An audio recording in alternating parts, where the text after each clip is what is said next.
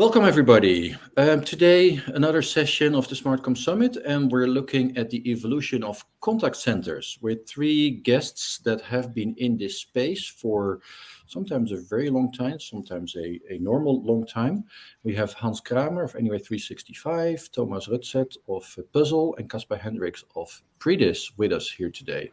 Welcome, gentlemen. Thank you. Great to have you. To be here. Well, and we're going to talk about the evolution of a contact center. So I would like to start with a very simple first question. That's, can you introduce yourself and your company in 20 seconds and explain what you think a contact center is today? Thomas, do you want to start? Thank you. Yeah, absolutely. So my name is Thomas Rutset, as you said. I'm working for Puzzel, which is a provider of cloud-based contact center systems. And we've been in the market for more than 5 years now and have a history even longer than that in providing the service for customers in Europe.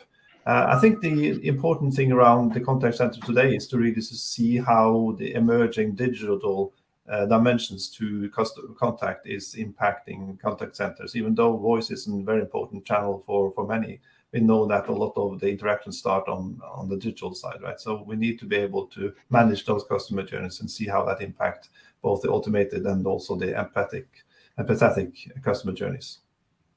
Great. That sounds like something we can talk about a little bit more later. Hans, how about you? Who are you and what do you think a contact center is?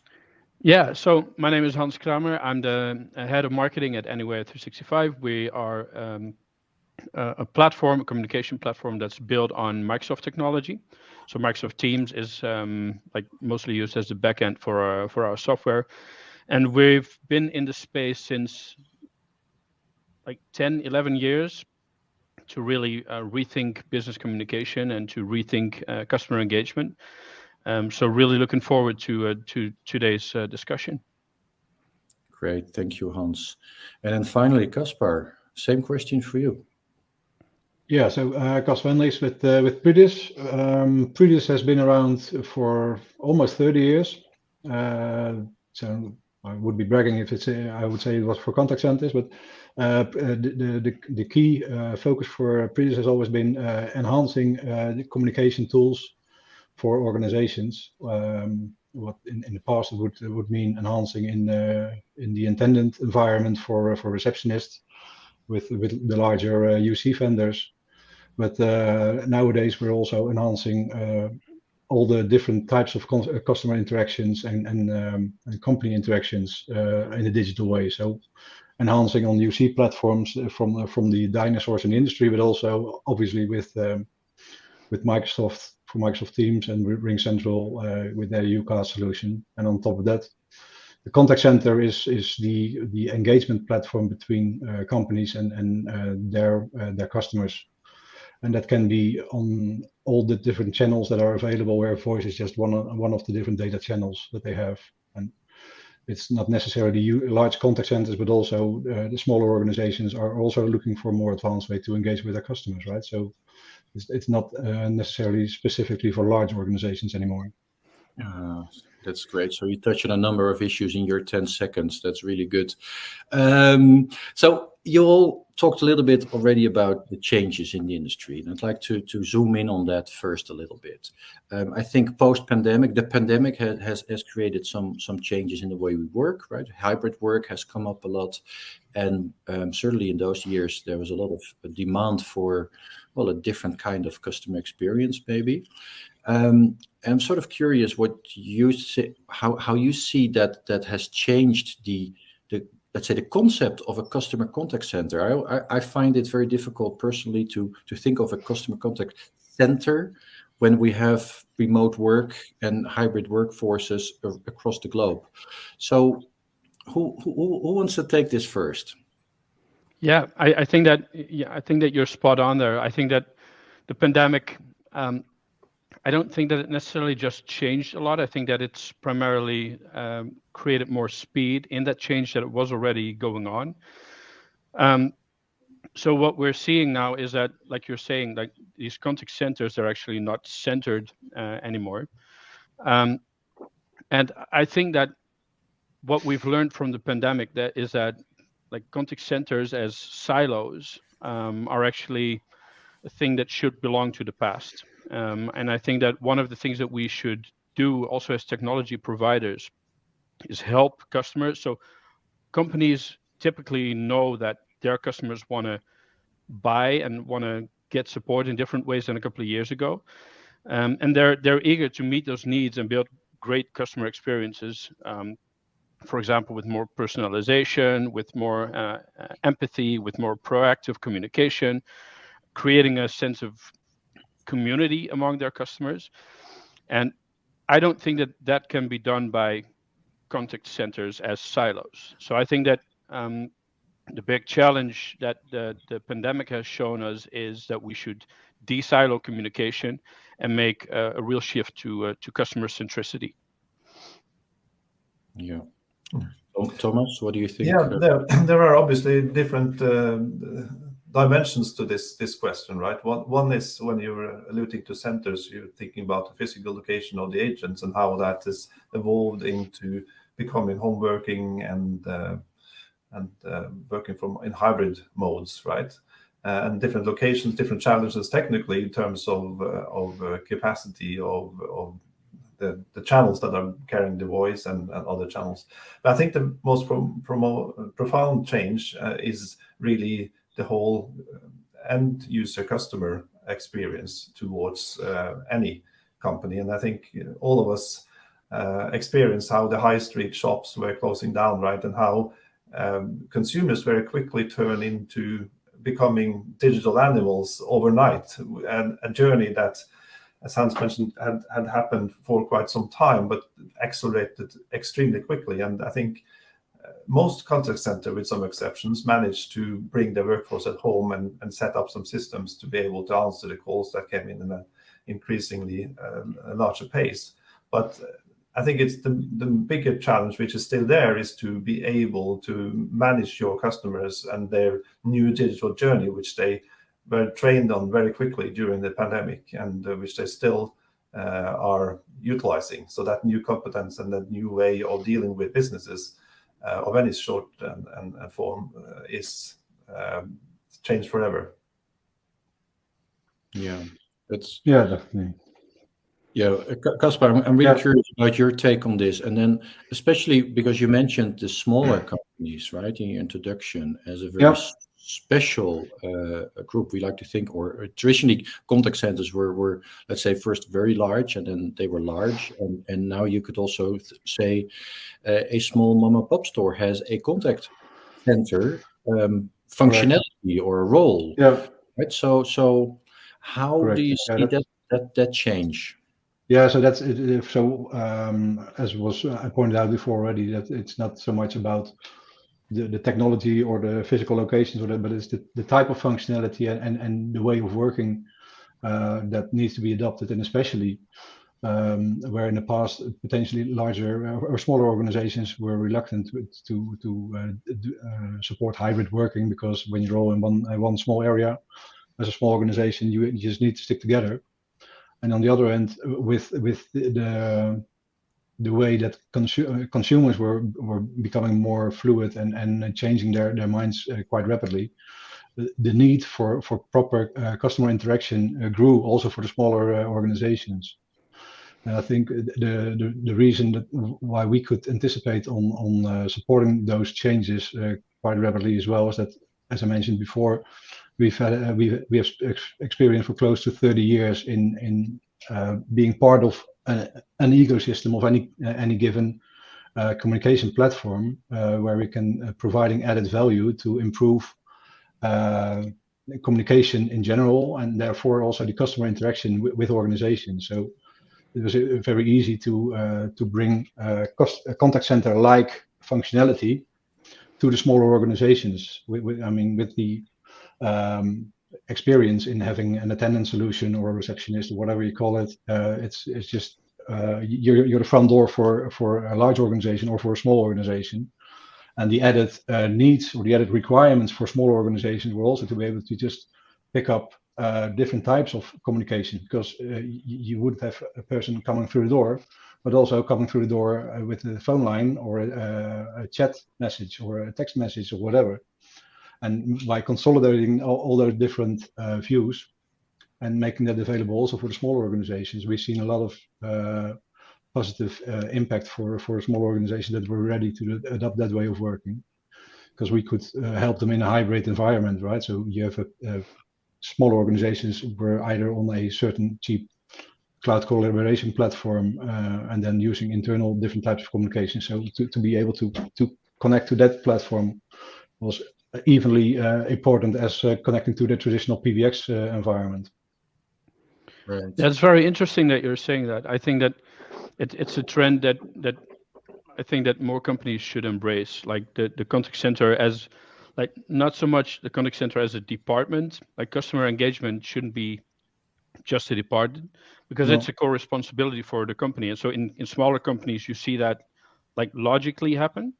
Yeah. So you don't have a contact center. So like everyone feels like, hey, like this customer reaches out to us, like either through voice or text channels, and we need to help them, right? Yeah. We need to solve their problem, and preferably as fast as we can. Yeah. And this is also what I meant, like, with when I said that, like, contact center software is usually built as a silo, and in like where instead you'd like to enable everyone in the company, not just within smaller companies, but we have some very big customers worldwide who provide our software to all their employees to make sure that they can all communicate. They all have the same capabilities, technically, at least, to engage with customers. So I do agree that, like, there's a lot changing, and I think that smaller organizations are a great role model for bigger ones. But that's Definitely, also that creates challenges for your business, of course, because you were used to, and I mean, contact centers, every contact center platform or provider was always happy with large or very large customers, right? Because that's a big deal. So how do you deal with this change in markets? You're asking me? Yes. Okay. Well, I think that it's this is for us, and we see this with our customers. I'm really interested to learn from the other gentlemen as well. But what we see is that our customers embrace what we call dialogue management, and they embrace this vision of customer engagement 2.0. Really, it's like beyond customer, like Forrester in their recent landscape report.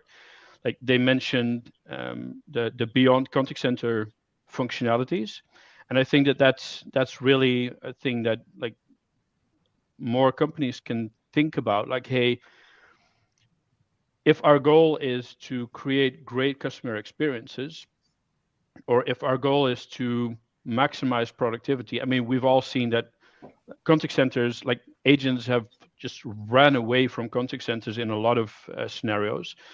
So you can choose to try and fill that gap with, like, more agents and like within that same silo, or you just open up an ecosystem that you already have. For example, Microsoft Teams, which we use, or ACS, or any of these technologies, and then give communication capabilities to like knowledge workers in your company. Totally makes sense.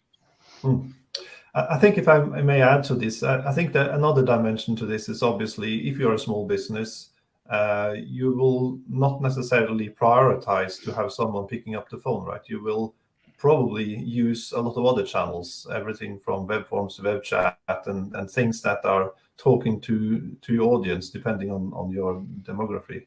I have a reference to a customer that we are just working with now, and they've been managing as a startup, they're managing all their communication on Telegram. They have a very special B2B service, which where their clients are typically on the road and in industrial environments, and for them to use the phone and talk to someone and stuff like that is very inconvenient. So for them, the a chat channel has been kind of the starting point for their customer service. But as they grow, they obviously need something that is more omni-channel where we come in. But we have to remember that a lot of the small customers or small businesses, which also have experienced that their customers again have changed their attitudes during the pandemic, they will need to be rethinking how they start up. So it's not only about distributing and throwing a lot of more people from back office or wherever onto the phone. It's just as much about engaging these other channels and even applying some automation. Right. Well, I think this is a great segue into the next question I have, and that's really the new technologies like automation, AI, machine learning, because you all sort of alluded to those, that they are changing customer behavior, but also changing the way the platform works and operates. How is that at Puzzel, Thomas? Well, I mean, given the recent commotion in the industry in general, in tech industry around ChatGPT and stuff like that, I think we could probably have a couple of webinars or discussions around that alone. But guess how I created or who helped me create the questions for yeah. It's really interesting, right? And to see how new inventions can make people just go crazy in terms of creativity and spinning on new opportunities, and seeing how a step change in technology is actually a lever to all that creativity and even political influence to some extent. But to kind of spin it back onto the customer experience, a contact center, I think there is also a clear notion that this technology, at least talking about ChatGPT specifically, is a bit immature in terms of what it can actually help you with. So you still have to kind of feed the automation with sensible content, so that you're not ending up a situation where the very kind of rudimentary deliverables from ChatGPT and OpenAI is kind of influence your brand reputation. But on the other hand, it is amazing what they have achieved through a fairly short amount of time to be able to generate much more fluent language generation, right? And also the interpretation of dialogues is just massively better than what it was shortly. So I strongly believe that this will influence customer experience in many dimensions, but in the short term, I think it will first and foremost improve the dialogues of automated systems. And I think there's another dimension, which is that the agents themselves, or the users of contact center systems, will be able to be aided much more in terms of proposal of responses. So taking an email conversation where you're getting a complex email in, and a ChatGPT or an system evolving from that is able to propose a response into the agent user interface, and then push that back with some small adjustments or just a control. And this is actually one of our product owners, which just created that integration very simply on this spare time, and using some of our tools, showing that it is actually possible to integrate this into existing technologies. Yeah. Caspar, how does that work for you guys? Yeah, to a certain extent similar, because in the end, we believe that as a company, you shouldn't be dictating how your customer interacts with you, because it's your customer, and they can choose the way they want to communicate, because that will give you the edge in the long run. And therefore, you have to enable a great user experience on both your internal personnel side, as well as with the customers. But then taking that to the next level for AI and machine learning, then you need to just look at what type of AI you would be using and how you would integrate it in your conversation flow. And indeed, what you see that ChatGPT combines the search function with the agent assist, or even potentially a virtual agent solution. That's a massive win for the industry. Even because I know that some large organizations are already looking into the potential of having a number of or just changing the way their contact centers or customer engagement centers work by using a number of VA streams and then having a supervisor just stand by to moderate those streams if something could potentially go wrong, and therefore just reducing the employee cost that they would have. Especially, I mean, one of the largest costs in any contact center is getting people trained, and then unfortunately the attrition in contact centers is still a concern to the largest organizations as well, because the best agents gets the most work and the toughest questions and the most pissed off customers, and therefore they won't last longer than 2 years, and then you have to train another rock star in your organization, right? So having these AI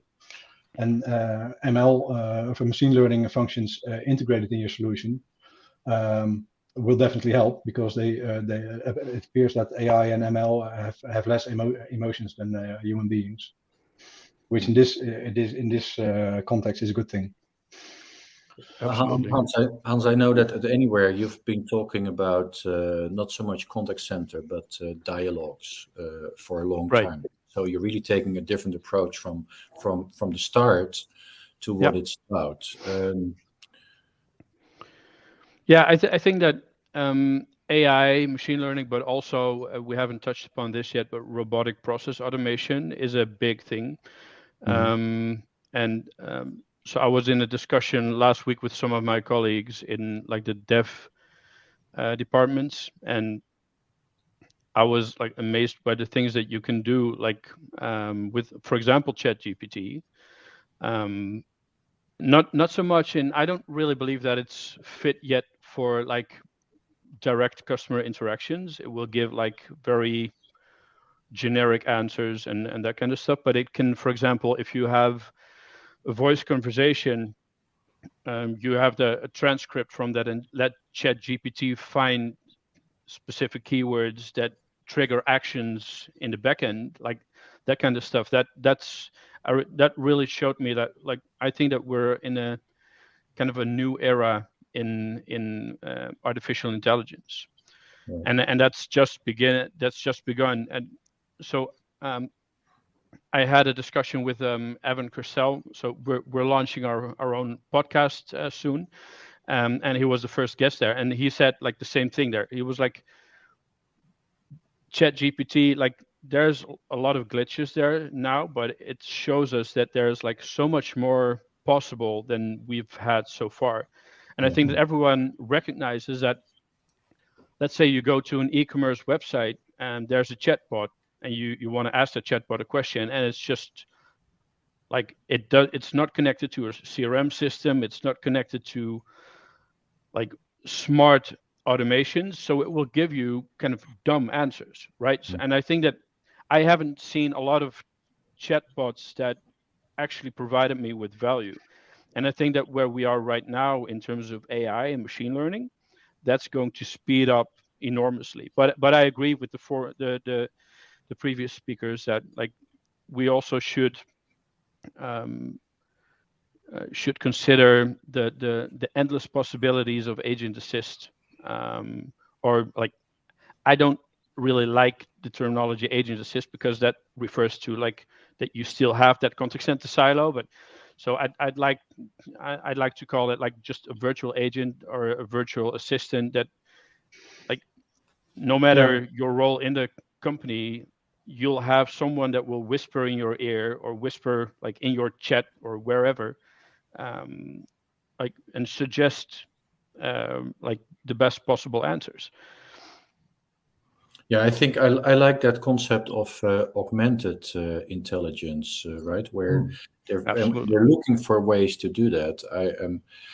And I can imagine that in anything customer engagement, there's so many opportunities to aid the person that's talking to a customer by giving more context or creativity or different things. Which brings me to the next question. So we talk a lot now about, let's say, the chat and the modern new ways of communications. How important is voice still, do you think? And is that maybe change dependent? Is it maybe dependent on age groups or segments or different Surely. parts of the world? Who wants to take a stab at that? Yeah, I think voice will remain just an important interaction. But then, as I mentioned earlier, voice is just another digital channel, right? So it's one of the channels that will be used for the interaction between a customer and an organization. And I think the blessing for mankind is still that that there is some intelligence in a human being as well to express your emotions and your needs in a different way than a bot can at this stage. So voice will remain at some point an important channel as well. On the other hand, my kids seem to disagree, because when I call them, I always get a text back what I need, right? So potentially that's also something that with emotions or capabilities that need to grow. I don't know, but so voice will always be one of the channels that's going to be used, but it won't be 60% of the time anymore, because there's so many more efficient ways to interact in certain stages, right? Because you don't always need to express your emotion. Right. So that's why it will remain an important channel, but not the prevalent channel. I'm assuming in the long run. That could change, by the way. But sorry, go ahead. No, sorry. I was thinking, Thomas, because you've been in this space for a long time, and I think you and I are old enough to remember that contact centers were all about skill-based routing. Yeah. Cool. And doing something smart to get the right agent on the phone when somebody called. That seems to be so long ago.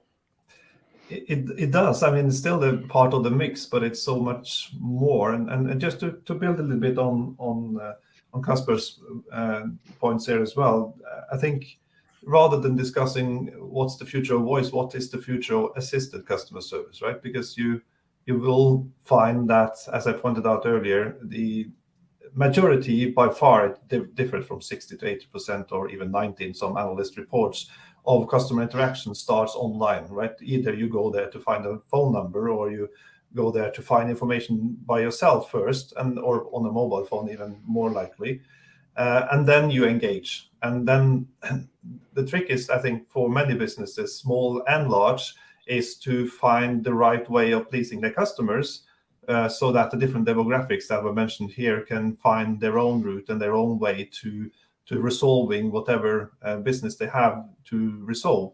But we've seen that chatbots, for instance, or knowledge bases, or other or just a website that is well structured, can resolve a lot of things automated without necessarily having a human interaction at all. But we also do know, as was pointed out here earlier, that the majority of the deployments of automated solutions, especially chatbots, has been not very welcome in the community so far, right? So we do know that the eagerness, a little bit like we talked about ChatGPT a few minutes ago, right? The same eagerness we had, was it 3 or 4 years ago, when everybody was going to throw a chatbot at their customers, regardless of training, regardless of the experience. I mean, if you transfer that to the human, would you take your youngest and most unexperienced contact center agent without hardly any training and just put them on the main line? You wouldn't do that, right? But you do that with automation. So it's a quite bizarre concept, just because the CEOs of the businesses said that you needed to have a chatbot on the page to look modern. That has caused a lot of bad experiences, right? And this is what the industry, and not necessarily only the technology providers, but also the customers, need to take that responsibility of a proper training, a proper customer journey that is not only focused on saving costs by cutting number of people in the contact center, being a separate unit, as you were pointing at, Hans, or being a larger part of the organization.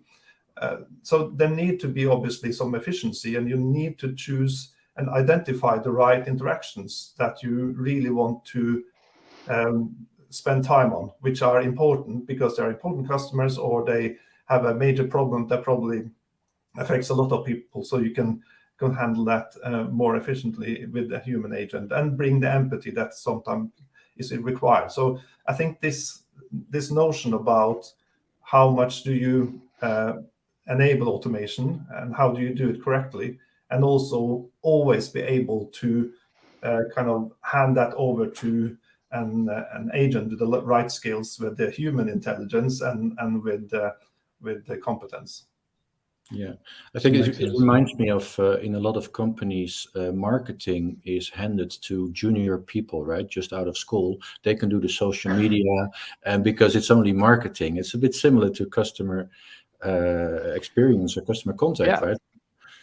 Yeah, I think that what we're seeing is that a lot of in customer engagement, there's a lot of innovations going on because businesses see the opportunity and want to grab that. Like the people in CX will say, hey, we have this new cool thing with ChatGPT, can we make that work somewhere? And then IT goes like, yeah, we might be able to build it. And I think that like we're sometimes forgetting that the whole point of innovation, especially in customer engagement, is to actually win time at both ends of the line. So at Anywhere 365, we believe that time is the most precious asset that you have in an organization, and you should optimize for maximum value of that time. And we sometimes forget that in companies. So if you have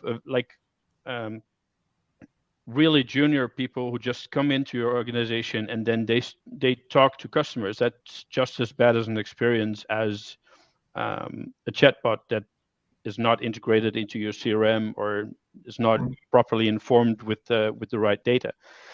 And I think that like if you look at innovations in customer experience, that also at the same time need to fix the gap that we currently see in, well, we've had this whole like great resignation, and I really think that there are ways to do it, but they take time and they take a lot of, it's not I think that I agree there that we it's not just the technology is there, right? There's a lot going on, there's a lot that you can use, but it's also, I think maybe it's also a role for CSPs to like help their customers make smart decisions in, okay, so how can you use this technology in a way that makes sense for both your team and your customers? Yeah. Well, this brings me to the next question. Oh, no, go ahead. No, it could potentially, I think, could be part of the next question as well. But I think it's just also the way in the past technology has forced organizations to work. Also could bring larger organizations with fully implemented high fashion contact center, in that they potentially get stuck in the way they work because of the investment protection or the way people with all different responsibilities think that they have it. They have it together for now and for the coming years, and therefore they could potentially be slow to adopt to new technology or new ways to work as well. Where, I mean, coming back to the question on the pandemic, right? Before that, working from home was not appreciated by a lot of organizations, and then all of a sudden you had to take it as the only option, and then it appears to be working fine.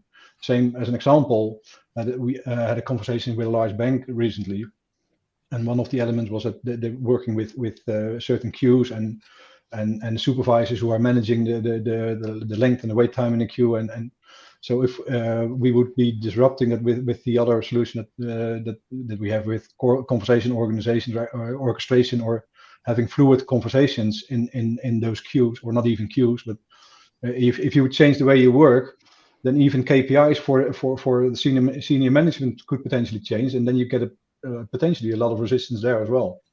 So on that element, but then there's a big opportunity even for smaller organizations to lead the way of going forward in chasing the way this interaction with customers will continue to work in the future. Well, I think this is an interesting example because the way you described it sounded pretty complicated to me. But I'm no expert in the field, and I'm sort of curious. I mean, especially when we talk about the smaller companies also becoming starting to look for these sorts of solutions. What's the role of the distribution channel? I mean, I would say traditionally, large customers, large enterprises would buy directly from the vendor in many cases, right? Because that was the most knowledge. And now we're talking about smaller companies adopting this technology. And now I think there may be a challenge to get this through the channel, but maybe also there's a great value there. So I'm curious in how you guys look at that. Thomas, can I start with you? Absolutely. Yeah, I think in Europe, and Puzzel being a European-focused vendor, channel is extremely important because of differences in region and kind of cultural differences and so forth. So there's always this need of adapting the solutions to the environment you're in. And I think that again gives the opportunity for customers as well to adopt and integrate the contact center environment into their other business systems, being the website in terms of the automation that I talked about a few minutes ago, but also obviously, as was mentioned here earlier, CRM systems and other pieces of business software, which is essential to be able to manage a customer query in an efficient way. So I think the channel is in general, but even more so on in the smaller companies, extremely important vehicle for bringing that to market. Yeah. Hans, how's that for you? Because you also have a strong channel focus, of course, for a long time. Yeah. We've chosen to follow a partner-led commercial strategy. So we're seeing, and I think that we all recognize this, right? So customer engagement software is always part of a bigger ecosystem. If you, well, at least if you do it right. So if you consider all the challenges that come with that, then like it totally makes sense to have a partner that works with that customer on integrating this particular piece of software into that ecosystem, and make it a flawless part of that whole thing. We're also seeing that a lot of customers actually want to buy through partners.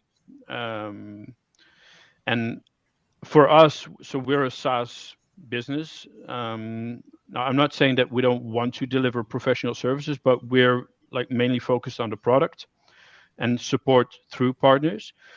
And so for us, partners are like one of the key ingredients for our go-to-market. Absolutely. Right. Yeah. So you need to focus a lot on partner education, training. Yeah, absolutely. And these sorts of yeah, absolutely. So we're training our partners on, let's say, on the technical side of the software, but also on our strategic narrative, right? So like this whole story that we've been talking about with like customer engagement being not just a department, talking about dialogue management as a company-wide responsibility. We see that message resonate very clearly within customers, and some partners, especially the ones that have always worked on contact center solutions, that they like that story and they want to learn more about it. So we try to educate them both on the, let's say, our view on the market, as well as the technological side, with how we connect with Microsoft Teams, for example. So is your ideal partner or reseller, or what do you want to call it, is that a more technical organization or maybe a more organizational focused? I think that there's a couple of things to say about that. So obviously you would need to have like the technical expertise to deliver the project, right? To implement the software. But there's definitely adoption is equally important as finding the right tech, right? So and so that's not just the tech itself, because like the way I see it, for example, Microsoft Teams is a piece of software that people already know, right? They're familiar with it, especially since the pandemic. Like the usage of Teams has spiked. But the technology itself becomes an opportunity for high adoption. But obviously, the partner in many cases will have to help the customer with like sessions about, hey, how does this work? Like the workplace that our users have.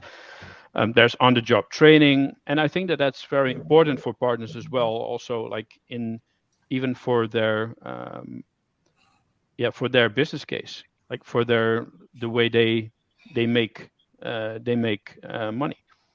Right. Yeah.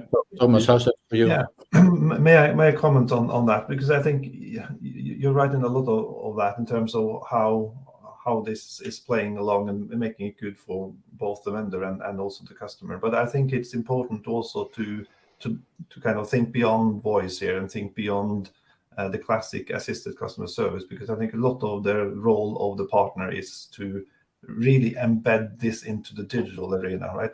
We're seeing that when we're running projects with small and larger customers, that very often it is the digital elements where there are a marketing department involved. There is maybe some external consultants that is working on the web site. There is some CMS elements involved. There's a lot of complexity around that automation and digital journey, which is so important to get right. So I think it is also important to think about that element. I mean, if you go 10 years back, it was about integrating to the PBX, right? But now we have Teams, which is kind of taking that over and making that much easier. So it's much more important to focus on partners that can really help the customers of enabling those digital channels. Yeah. Right. So where you thought that there was complex solutions in omni-channel contact centers, you also have an omni-channel go-to-market, right? Because you have different types of partners that are engaging with these customers as well.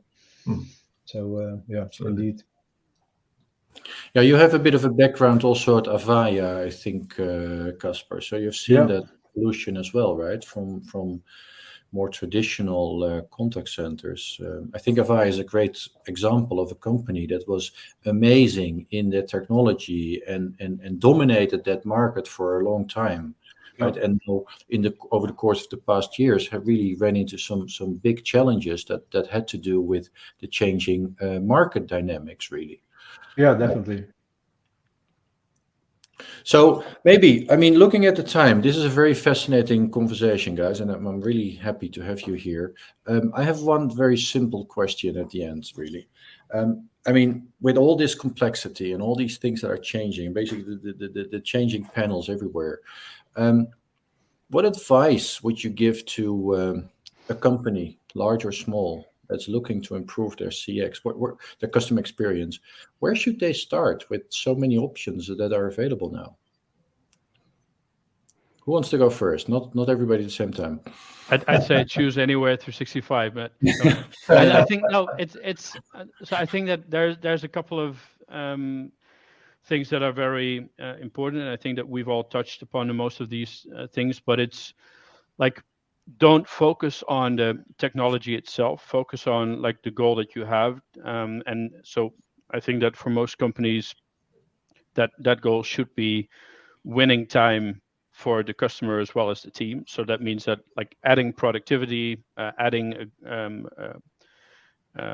like speed of resolving questions, and then like take the journey from there. Like think about how AI can improve the speed of resolution. Think about how a robotic process automation can help you win time in your own productivity.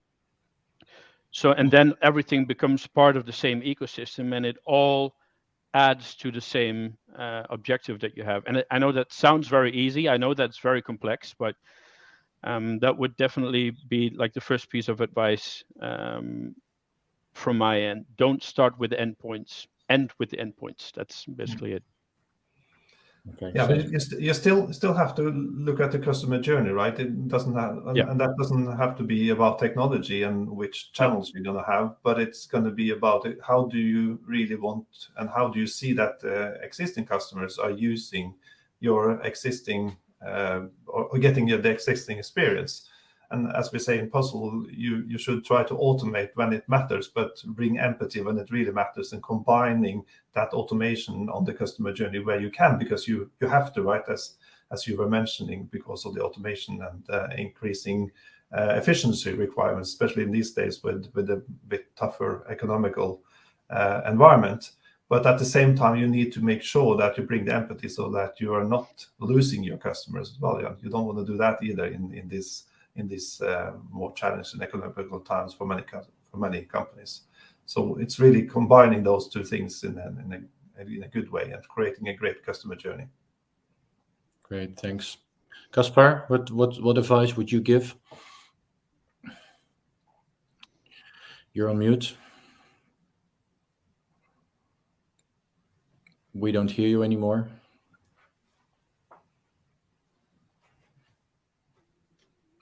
No, we don't hear you anymore. Play the guitar, then that's Yeah. gonna be cool. We'll cut out this little piece if you could make it work. What did you do? That's Yeah. it. Forget the headset. We don't hear you anymore. Now? Yeah, you're back. You're back. There we go. So I'll repeat the question and we'll cut out this little bit. So, Caspar, what advice would you give companies looking to improve their customer experience, aside from buying a good headset? Thank you. So, I think I would recommend the companies to just look at how the conversation flows in their organizations, and because there's going to be more integration between human beings and technology and going forward as well. So then the user experience and the customer experience would be depending on how seamless you can make the handoff between humans and technology as well going forward, because otherwise you would build frustrations with the customers that are interacting with you, and I think that's still poor marketing for you as an organization. So what we see is that instead of having, as I mentioned before, having queues in which you put the questions in and where people are lining up, if you can do conversation orchestration where you can, instead of having queues, we like to call it media flows, because you have different types of media. You got text, you got voice, potentially video as well going forward. And in these media flows, you can dynamically still prioritize who needs to go first at any and give it time to get answers. I mean, when it gets busy, it's not all for himself. It's still customer first, and get them to the right solutions and the right answers and responses. So keep thinking about how you can please the customer, because that's the best reference you will have in the future. And then check if your existing technology still does it, or if you need to enhance your existing solution with new technology, because especially in larger organizations, rip and replace is going to be very hard, I guess, because there are as it was mentioned before, so many business processes are linked to the customer engagement platform that's being used in the organization, that I don't see with larger size organizations easy rip and replace situation. So if you can find ways to enhance your solution, that's I think a great step forward, because there's so many elements, right? I mean, using bots, you are using the bots as an endpoint or as a proxy. So how do the different bots interact? Yeah. So really have a look for if you're fit for the future there.